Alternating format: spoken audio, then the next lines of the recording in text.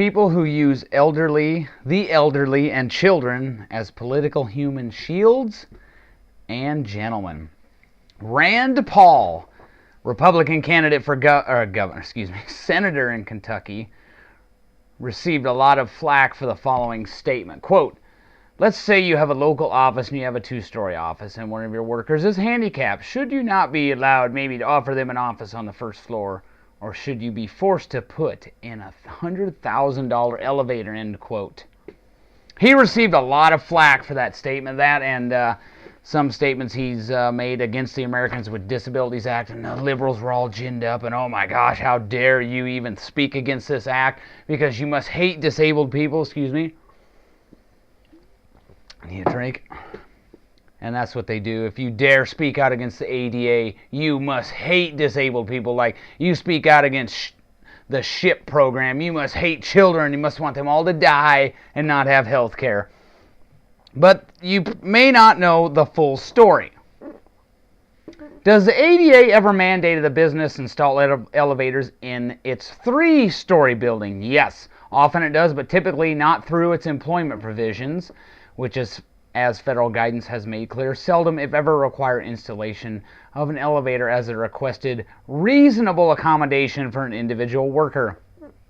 Where the rules on major improvements like elevators get their teeth is not from the readily achievable or reasonable accommodation standard, but from the rules that apply to new construction and, crucially, renovations of older spaces. Renovation, when not minor, triggers a requirement to bring the space up to broad ADA standards. This can easily result in elevators and other budget-busting outlays for the immediate benefit of perhaps a single employee or perhaps no employees at all.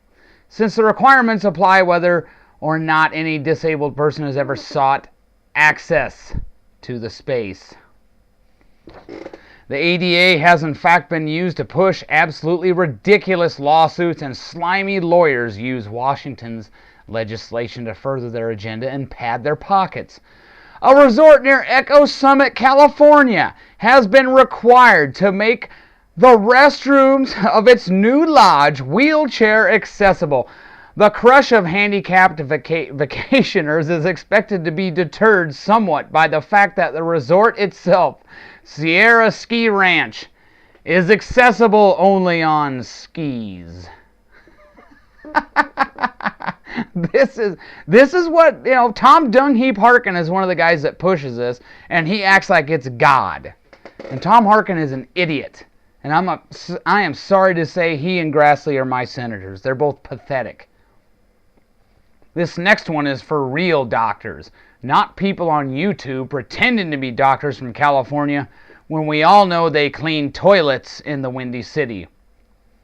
The Americans with Disabilities Act led to the installation of a wheelchair ramp at Galehead Hut in northern New Hampshire, which is perhaps the most inaccessible of the Appalachian Mountain Club's historic system of white mountain huts and can be reached only by hiking over very rugged terrain. They need a wheelchair ramp there, but yet you have to hike over rugged terrain to get there. Makes sense. Do you think maybe the ADA needs to be reformed? Possibly, huh? If that's not enough for you, here's some more. Officials at Hazleton... Actually, I messed up. The comment about the phony doctor should have been before this one. Officials at Hazleton St. Joseph Medical Center in Pennsylvania investigated Frank Roll Peterson and found the anesthesiologist had been stealing narcotics from surgical intravenous bags to feed his own habit. Dozens of patients had been shortchanged of anesthesia prescribed for procedures that included cesarean sections, biopsies, and spinal surgery.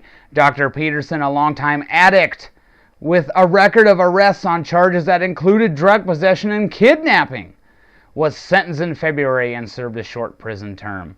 Most of us assume someone is keeping an eye on doctors, real doctors, mind you, with backgrounds of drug addiction, alcoholism, or serious mental illness. Do you know any doctors with a serious mental illness? In fact, thanks to the, or people who pretend to be doctors that have a mental illness, in fact, thanks to the Americans with Disabilities Act, which Congress passed in 1990, these conditions have become legally protected handicaps, and medical boards are being stymied in their efforts to monitor or even identify doctors with histories of drug abuse. Everybody's got a disability now.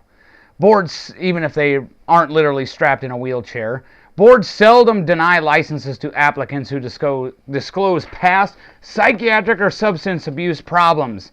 Still, most boards would like to have enough information so they can decide for themselves how serious the problems are and then be on the lookout for signs of reoccurrences. The Civil Rights Division of the Justice Department has made this very difficult, however, and in some cases impossible. It is ruled it is a violation of the disabilities law to question would-be doctors broadly about their histories of alcoholism, drug abuse, or mental illness. I know a phony doctor with a mental illness. I don't know any real doctors with a mental illness. Here's another one. The Chipotle Mexican Grill heralds its Chipotle experience, in which customers can watch their food being made behind a glass partition. Now a Ninth Circuit panel has ruled that the experience violates the Americans with Disabilities Act, quote the AP, because the restaurant's 45-inch counters are too high. The company now faces hundreds of thousands of dollars in damages. The ruling arrives just in time for ADA's 20th anniversary, which, as the Washington Post notes, is serving as the occasion for a virtual binge of new regulation making by the Hussein Obama administration and this idiot Congress. The district court found that the wheelchair-using complainant, Mr. Antoninetti, whatever his name is, Antoninetti, I think I've got that right, has failed to show irreparable injury because he had not revisited either restaurant after Chipotle adopted its written policy, because his purported desire to return to the restaurants is neither concrete nor sincere or supported by the facts. It is also stated that Mr. Antoninetti's history as a plaintiff in accessibility litigation supports this court's finding that his purported desire to return to the restaurants is not sincere. In other words, he's just going there to scare some people, get some money, and leave.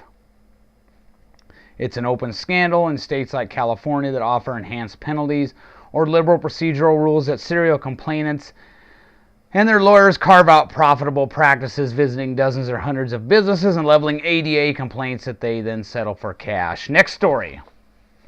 Is that not enough for you? Here's some more.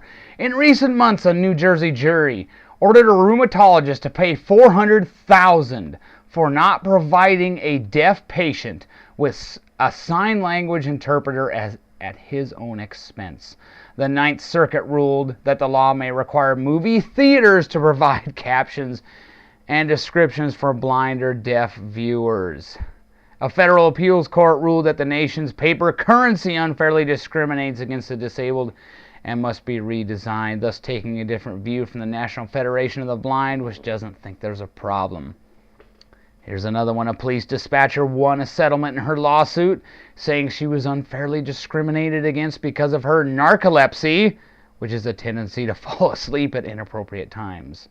A large online tutoring service agreed to provide interpreters, miniature golf courses, an online tutoring service providing interpreters.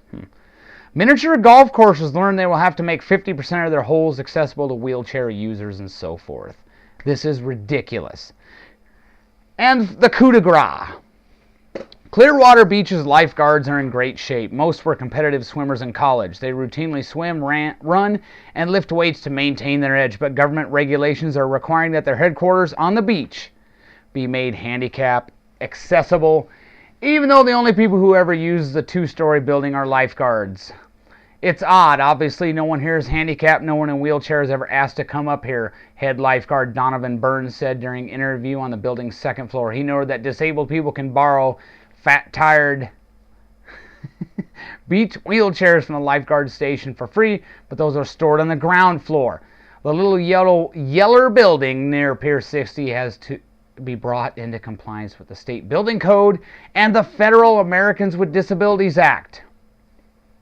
Our premise was that a lifeguard has to be physically fit. If you can't go downstairs, you can't be a lifeguard, and the building isn't open to the public, said Clearwater Parks and Recreation Director Kevin Dunbar, who oversees the beach rescue team. But common sense doesn't really play into it, he added. Dunbar recalled years ago that the city was ordered to install a wheelchair lift for the home dugout at Bright House Field, where the Philadelphia Phillies have their spring training. That one cost $18,000. It has been unused for 7 years, Dunbar said. Does Senator Dung Heap Harkin ever think this is being used and abused by lawyers and others who might want to utilize a cash cow? Has Senator Tom Dung Heap Harkin ever thought that this might make it less likely that disabled people get hired for a job? So there you go, folks.